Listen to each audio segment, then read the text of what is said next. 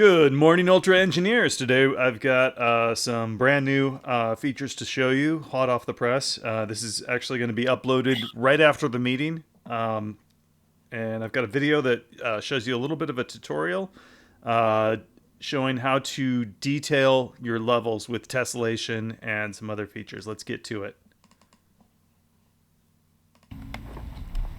In this video, I'm going to show you some new techniques to fine-tune your level geometry.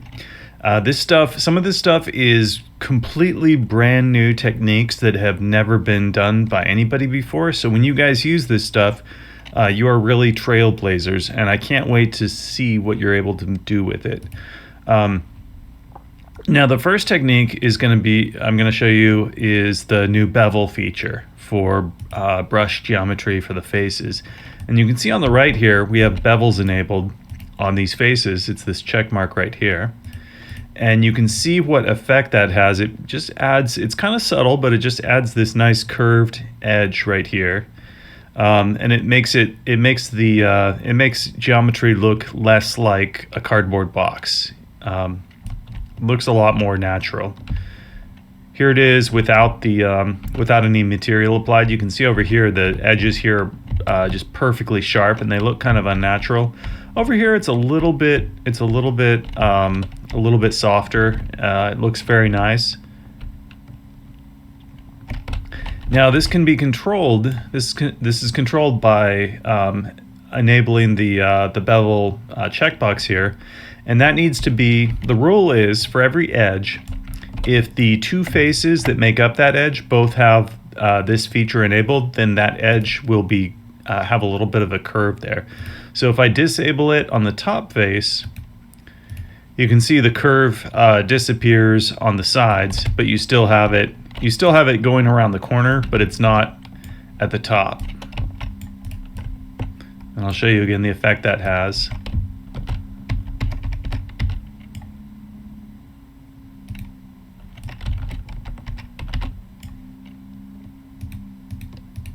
You can also hide the top face, and that will also get rid of the bevel going along the top. Let's take a look over here so we can see it a little bit better.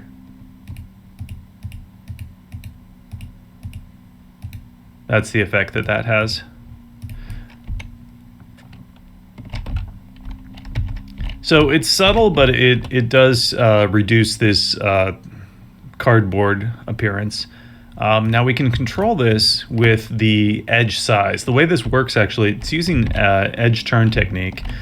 So it doesn't actually change the shape of the object. This is still a perfectly square corner down here. But what it does is it adds this little skirt of extra geometry around the edges, and it doesn't change the shape, but it just changes the normals on those vertices. So this edge here, the normals point out directly in the direction that the face is pointing, and the same thing here. And then the corner piece, the vertex points out at a 45-degree angle in between the two. And this works with all geometry, not just boxes. But let me show you what happens if I increase the edge size. Then that curve gets spread over a larger area. And I can make it much smaller. It usually looks good with a pretty small edge. Maybe a little bit bigger than that. Like 2 centimeters, I think, is good. So it's a little bit subtle, but it does give a nice effect. It looks a little bit nicer, especially right there. Compared to that, yeah.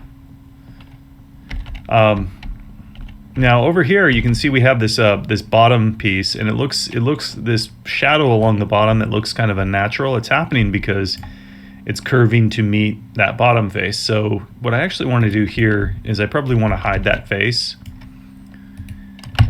and then you can see there's no bevel along the bottom because there really shouldn't be. And you probably, if this was a hallway or something, like an interior hallway, then you would want to hide the top, and you would just want the curve going around the corner which looks quite good, but you wouldn't want it on the top and the bottom.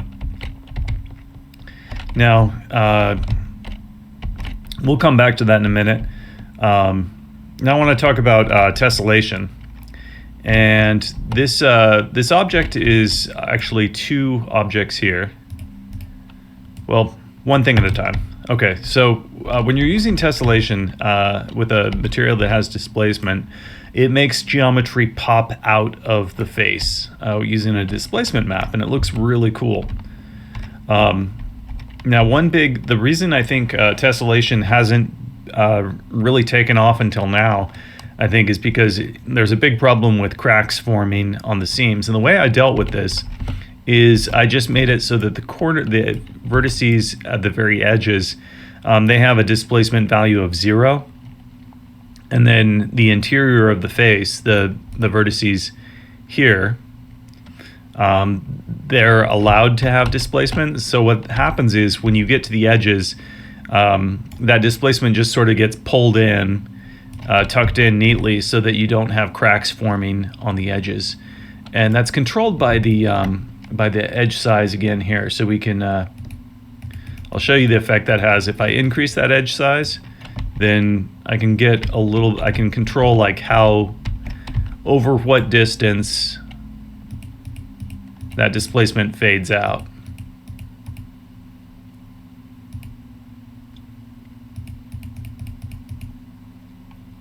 So the good news is, by default, you don't really have to do anything. By default, it will look pretty good. It's not perfect, but this is certainly a lot better than having a visible crack in the geometry here. And we have some techniques that can improve the appearance further that we'll talk about in a minute, but I want to show you something else first. Now this is actually made up of two objects. You have that object and that object. And they meet in the middle here, and you can see there's this seam where the displacement is just sort of pulled in, and it looks kind of funny. So what I actually want to do is I'm going to hide this interior face because we don't need it. And I'm going to show you the effect that has. It knows that there's no visible face adjacent to this edge, and so it disables that that effect where it pulls everything in to meet the adjacent edge, right? And I'm going to do the same thing over here.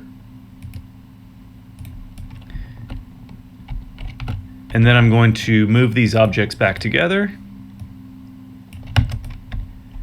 And now, as long as they have the same settings, you won't have any seam here. Now we do have a crack here, and the reason for that is because I was messing around with the edge size here. Over here it's 3, over here it's 4, and so those vertices don't line up. So let me select all of these and just set it to 3. And now we have a perfectly flush surface between two objects. Cool. Okay. Now with this object, I actually I set it up so that the texture is aligned perfectly so that it wraps around the entire object. We still see some visible seams on the corners, but the texture does line up. It doesn't line up along the top. It probably does on one face. It might over here actually. No, not here. It can on one face, but it can't on all faces at once because that's not possible because this texture is oriented a different way, but we can wrap it around like that. And when we do that, when we have that set up that way, there are some things we can do to further improve the appearance. Well, first of all, let's enable bevels on both of these faces. And now those corner vertices are both pointing in the same direction, and that does quite a lot to get rid of the seam. And we still just have like kind of a weird shape here with the geometry, although we can't really see it until we get up close to it. And that's not bad, but we can further improve it. We have tools to do that.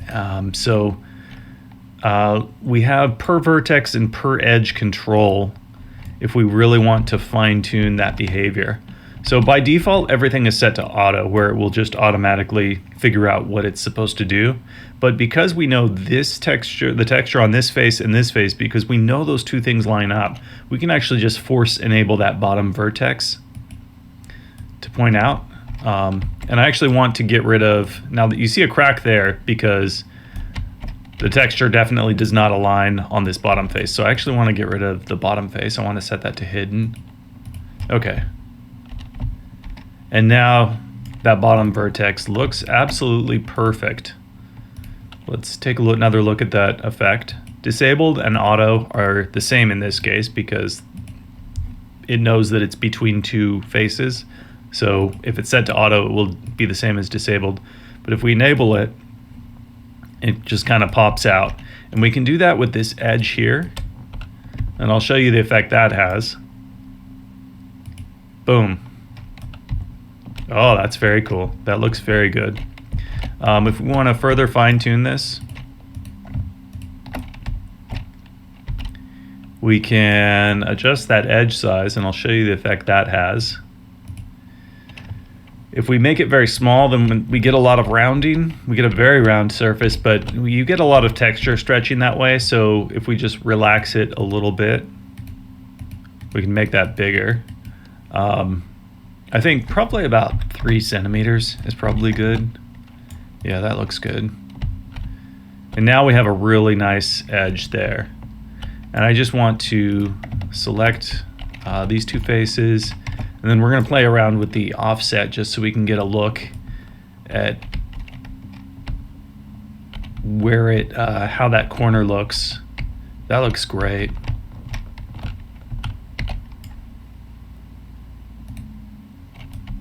Yeah, that looks really nice. Wow. So my favorite thing about this is it's pretty complex geometry, but it's very, very simple controls. One more thing, we can also subdivide these faces to whichever level we want. And this is good for both material painting and it's also useful because the tessellation can only subdivide a surface so many times. So if you have a very large surface like this, you would definitely want to subdivide that up into maybe, you know, have polygons every meter or so. But yeah, that looks really fantastic. And you don't have to fine tune everything. I mean, like I said, you know, by default, it still looks pretty good. But I thought it was really important that if there was a certain area that you wanted to pay more attention to, I wanted those tools to be available to you so that you could achieve the things that you were trying to do. This is probably something you would do as a last step, but I really wanted to have the ability to get those nice edges like this because it looks so good. So that's it for this video. This will be up today, available on the beta branch, and it will also be included in the next version of Ultra. I can't wait to see what you are able to do with this. Thanks for watching. So that is a new feature that's going up right after the meeting. I've got it ready to go. And it just adds a little bit more control on a per vertex and a per edge basis, so you can get those get the tessellation absolutely perfect in your scene. You don't have to put all that effort into it unless you want to, because by default it will eliminate the seams. But if you want to get things absolutely perfect, then you have the tools to do so. So I've just figured that out by trying to make things, and then I developed those techniques as I was trying to like make different like castles and things, and I was finally able to figure out a way to keep it fairly simple, but to allow you to create complex geometry with a lot of fine-tuning available when you need it. Any questions? Is this method going to be what you're going to be using for the tube stuff in the future when you bring it back? The tube stuff. Yeah, like like how you have the corners, like making them bigger and stuff. It just kind of rounds it out. I was thinking like, yeah, you would probably want to use this for the tube stuff. I'm not sure what you're referring to. When you was increasing the size of the edges. Right. You would probably will probably also implement smoothing groups in addition to this. Those are actually not that hard to do because for every vertex, I just calculate its position like relative to the vertices that make up the face, and I can get a curve out of that.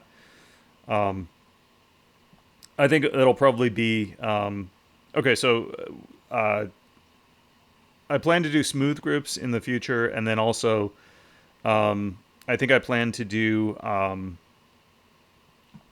basically brushes that aren't convex.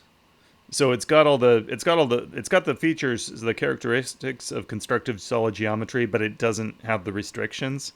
So like for a tube, for example, that would just be a concave solid object that it wouldn't be able to participate in Boolean operations.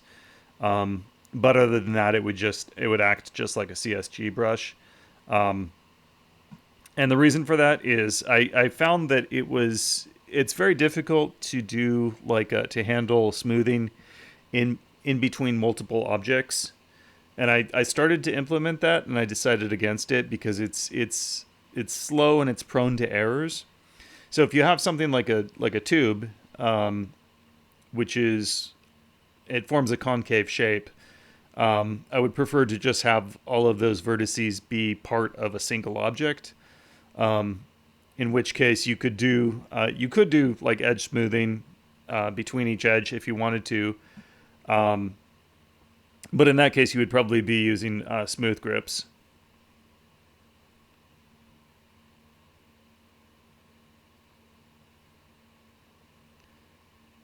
Any other questions? Uh, This will go up right after the meeting, so it'll Yeah, I be would have to available play. today. I also wanted to just review. We last week we talked a little bit about the possibility of a version 6 of 3D World Studio, and I just want to uh, quickly go over that and clarify exactly what it is and what that would entail if it does happen. So, 3D World Studio 6 would basically just be the Ultra Engine editor, with the workflow a little bit configured towards just general level design for use with any game. So, for example, like the shaders would not be, it wouldn't create a project and put shaders in that project. It would just always load the shaders that it uses from the install directory itself. And you would just, instead of like creating a project, you would just open a folder. The workflow would be almost the same. If you have Ultra, I don't think there's any reason for you to get 3D World Studio unless you just want it. I'm not going to put features in 3D World Studio that aren't also available in Ultra. So because the two programs would be they have so much overlapping functionality. I'm not going to try to sell the same thing twice. So if you have Ultra, you don't have to worry about getting 3D World Studio. 3D World Studio would be more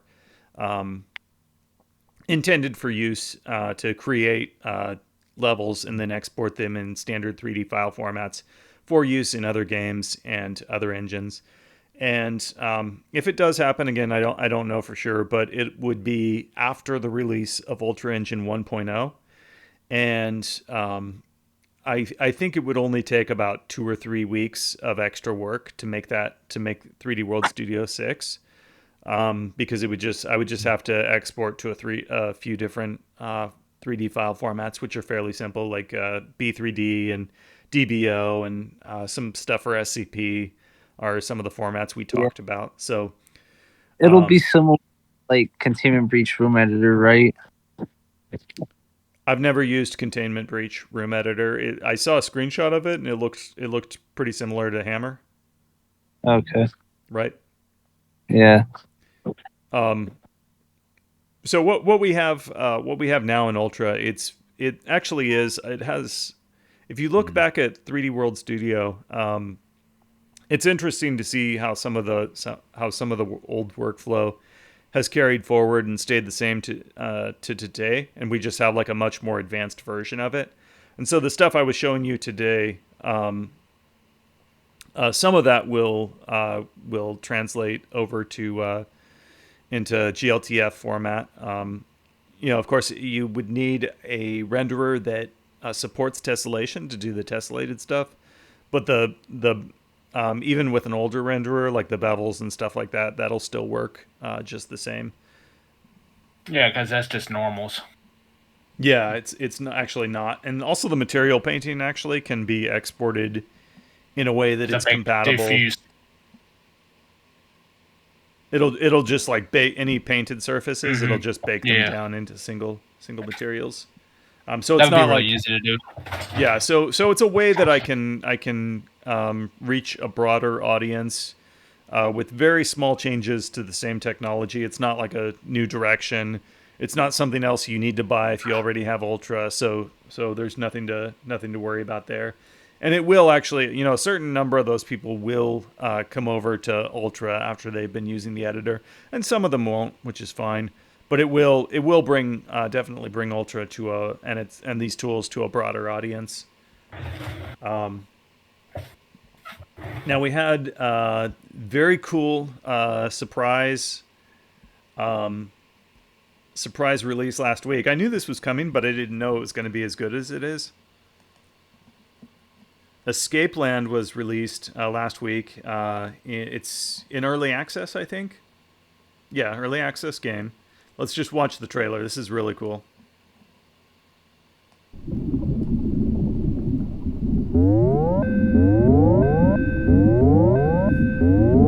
Команда принята. Внимание! Объект высвобождается. 3, 2, 1.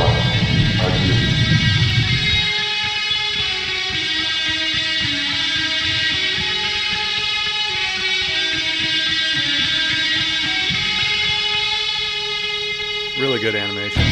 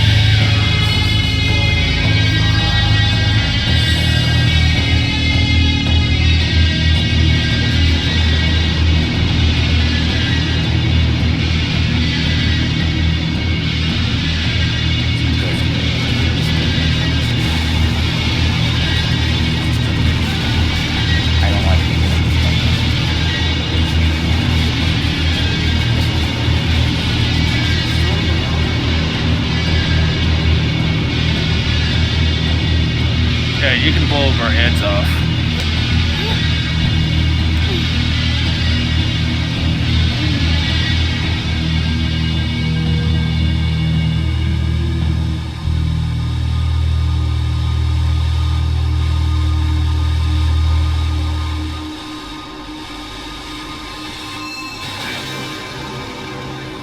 Oh, thanks for the logo there. That was nice. Yeah, so Escapeland has been released now. It's in early access, and I suggest everybody get over there and grab a copy and start playing it. I played it for a couple of hours, and it was, I don't think the intro really shows as much detail as there is. I was really impressed. I mean, like just in the first couple of minutes, there's like a usable computer, and you can go through and like it's pretty impressive. It's actually pretty impressive. Obviously, it's early access, so there is some gripes with it at the moment, but not too bad. How's the performance on it? Because Lightworks is kind of hard. It's all right, actually. It's not that bad. I was actually like pretty surprised when I went. Like the outdoors area is very dense, and it seemed like it was running like very very smoothly. Yeah, it doesn't run really that bad. In all honesty. I just as a Lightworks developer, I know how hard and difficult it is to get it running at a good frame rate. No, it was running really well, and I already added my review. Really good. Yeah, I mean, so far what I like it so far. I mean, it does need some UI improvements, but other than that, so far I've been liking it a lot. Yeah, so it's got 2 reviews right now, and I think we should all pile in there and help him out. This is going to be. We're waiting for one final person to sign off on the change to the bundle. But this is going to be included in the Ultra Engine Leadworks in the Leadworks Games bundle. And so that once it does that, this will appear on the Leadworks page, and the Leadworks will appear on this store page, and all of your games that are in the bundle will also appear on this page as well. Yeah, like, I mean, if we can help each other out and add our reviews and get this more visibility, then it helps your games. So I think that's definitely something that we should all be doing. Support your fellow developers, and it's not hard because it's actually like a really good game. It's a lot of fun. Maybe next week we'll do a playthrough of like the first few minutes of it, because it's I was really like blown away. Just don't touch the electrical panel in the first part of the game. You will get shocked and hurt. I haven't done that. I haven't tried that. I didn't even know you could do that, and I accidentally did it like my second time, like going through the intro stuff, just showing something, and yeah, I accidentally hurt myself touching it. I didn't even know it was there. Yeah. Because I didn't touch it the first time I started it. Yeah, so Escapeland on Steam. Get it, add your review, and your reviews on Ultra Engine and Leadworks as well are very appreciated. There's really nothing more. That's like the most helpful thing that you can do to help our technology flourish. And we're doing bundles with some games that are released using that technology now. So the better my visibility on Steam is, that helps you if your games are in the bundles as well. So it's a win-win, triple win, quadruple win situation for everyone. Okay, and with that, I think we have a little bit of progress on the first-person shooter example. Would you like to talk about that? Yep. Let me share our screen. We'll do that.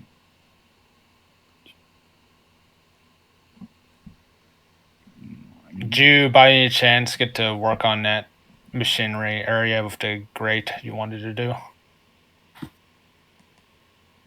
What? the area where you said you wanted to put like a grate with machinery.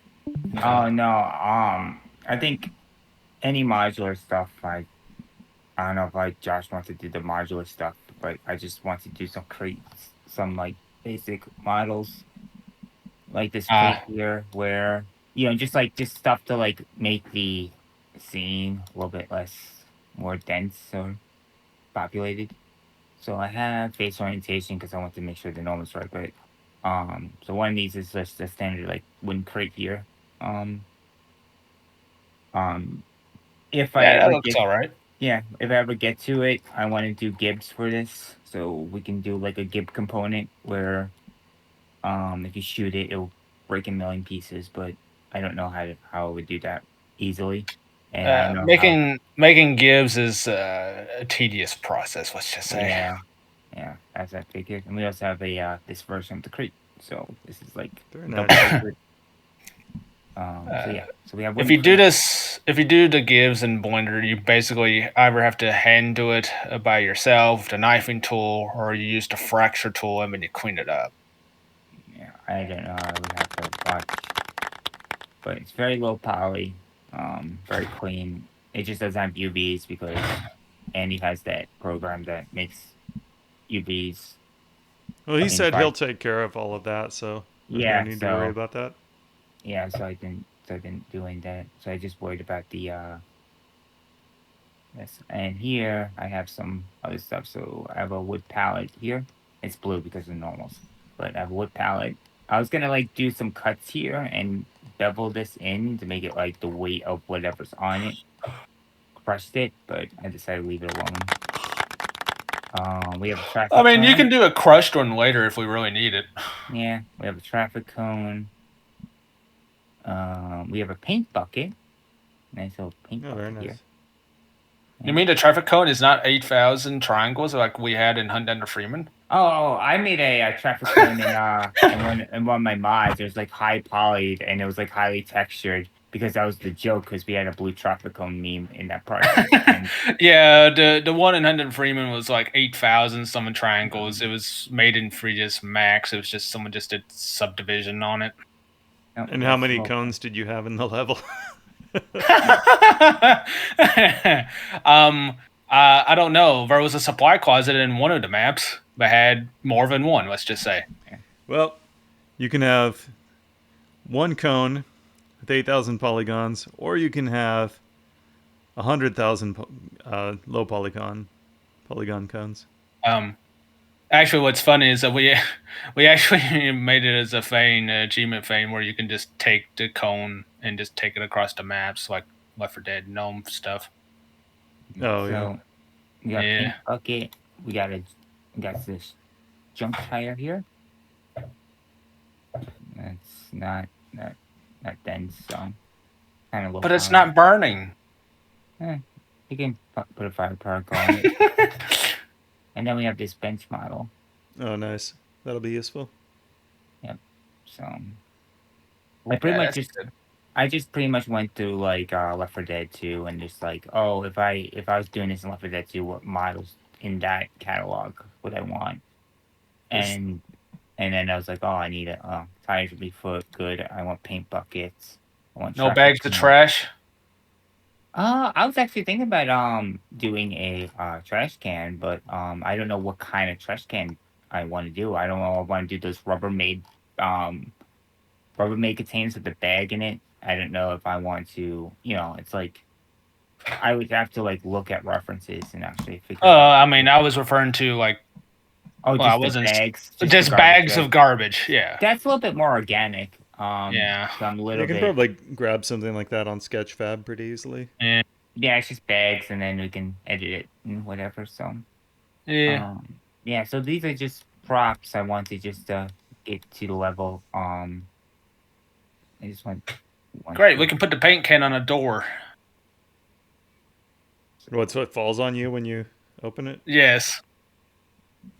We That could. covers your screen into in a blue paint for a limited amount of time. Yeah, so it was really like this area. I was like, oh, I really wish I had props to put. Yeah, here, that stuff but will look good. Just having some junk and stuff lying Yeah. around. we got here. So yeah, And it's all like very highly reusable stuff. right.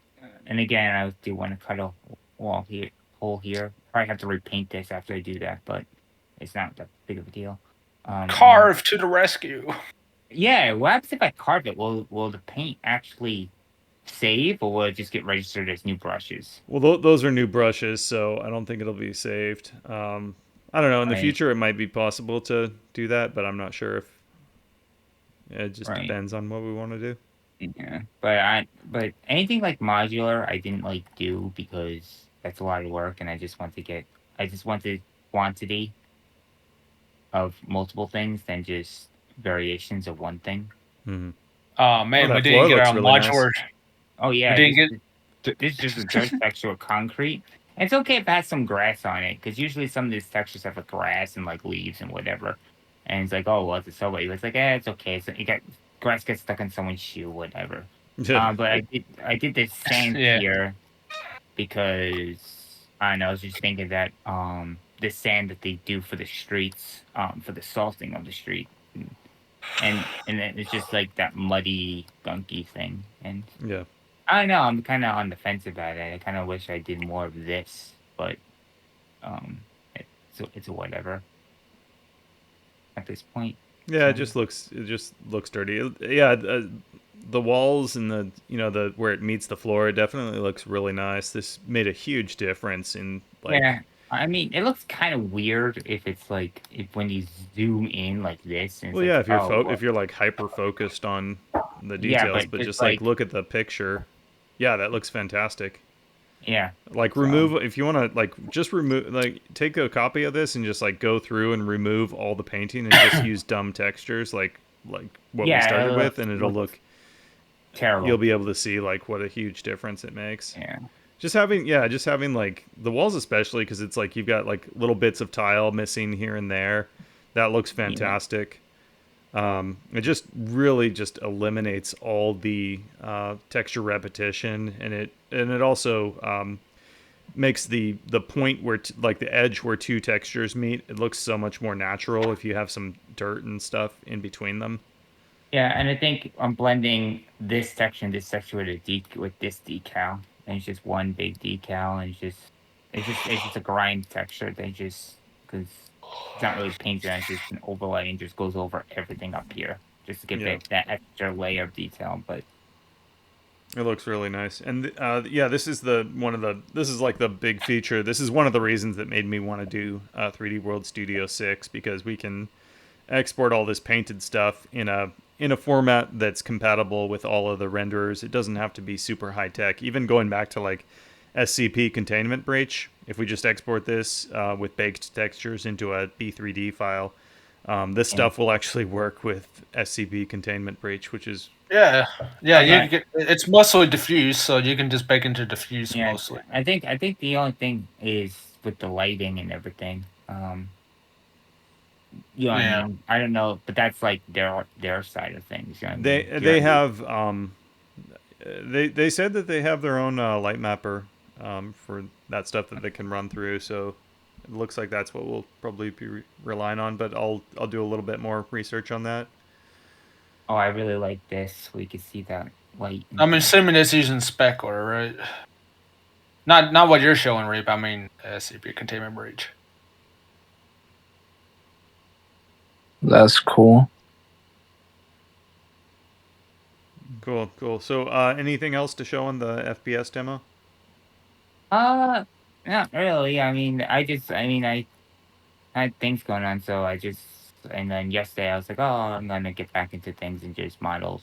You know, I opened this map, it's like, all right, what can I do with this map? And I just saw this whole blank space. I'm like, oh, I want props in this. So I decided to work on the props. Yeah, it'll look really good, and then we'll add like pipes and stuff on the along the walls and stuff, and I think we're doing very well. Yeah, I want to I'm gonna change this to white so I can actually see what I'm doing. I want to actually start at least thinking about what kind of props I want. The bench was one of those. I want to also think about what kind of advertisements I want along the walls and such. So if I have like an idea of a prop, or there's a prop from like Left 4 Dead or something that I'm like, oh, I really wish I had this, then I'm probably gonna work. I'm assuming there will be some graffiti in the wall somewhere too in this section. Yes, but graffiti is actually kind of like hard. It just depends where. what we can get and what looks good. Yeah, it's another one of those things where like the first time you try it, it looks weird and it sticks out like a sore thumb. Yeah. I think you can't just have like one like decal of graffiti. You need like a bunch. You need like the whole wall covered with it. It looks more If we could- natural that way. If we could, And it's also like, well, you know, what should it say? You have to Well, start yeah, making well- design decisions. What language is it in? Yeah. if we could just get like a repeating pattern of just graffiti, we can actually use the Vertex paintings to actually paint it on Yeah. instead of using decals. But that's gonna be very difficult. So Yeah, it's weird because it's like it's kind of like you kind of want things to like not stand out so much, so you have to decide like, okay, well, what should it actually be? Should it just be words? Should it be like a picture? Should it be what style should the lettering be in? Because there's a lot of different graffiti styles, and when you look for like graffiti like clip art and stuff, everything you find tends to be very very distinctive because the artist is trying to like show off. yeah, So it's kind of it's a little bit tricky. It's interesting. Can you look up a little bit? Okay, so you've got some green. Is that all the decal? yeah, there's just one. Oh, there's okay. just That one looks nice. decal. Yeah, well, you That can't looks cool. see it, but it just adds to it. And you got like some like stuff that if you could see it, it would be a problem, but you can't, so it's Mm. not a big deal. Like up here, just all of a sudden just green just is out of nowhere, and Looks like some nasty mold. yeah, like Health inspector hasn't been here in a while. no, OSHA doesn't care. yep. So yeah, so again, I'm more worried about again, the things I'm mostly worried about are the things I don't have control over. Like, I want to make like this a prefab and then attach a component to it and save it and such. Yeah. But We'll pick up Right more now. speed as like I mean I had to it was quite like the stuff that I added this week, the per vertex and per edge stuff, that was quite difficult. So Right. you know, once now that those things are not taking all my attention, I think we'll pick up more speed. yeah, So I think once like on the times that we do spend where like I just focus on this, we tend to cover a lot of ground really quickly.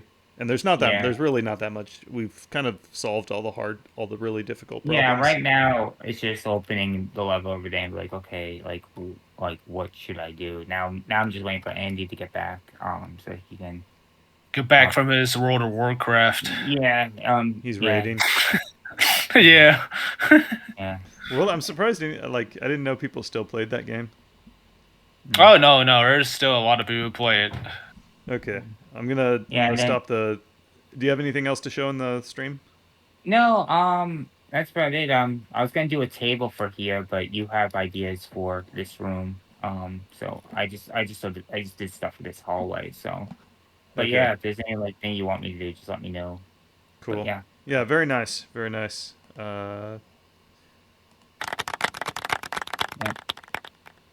Cool. All right, so I'm gonna stop the video here.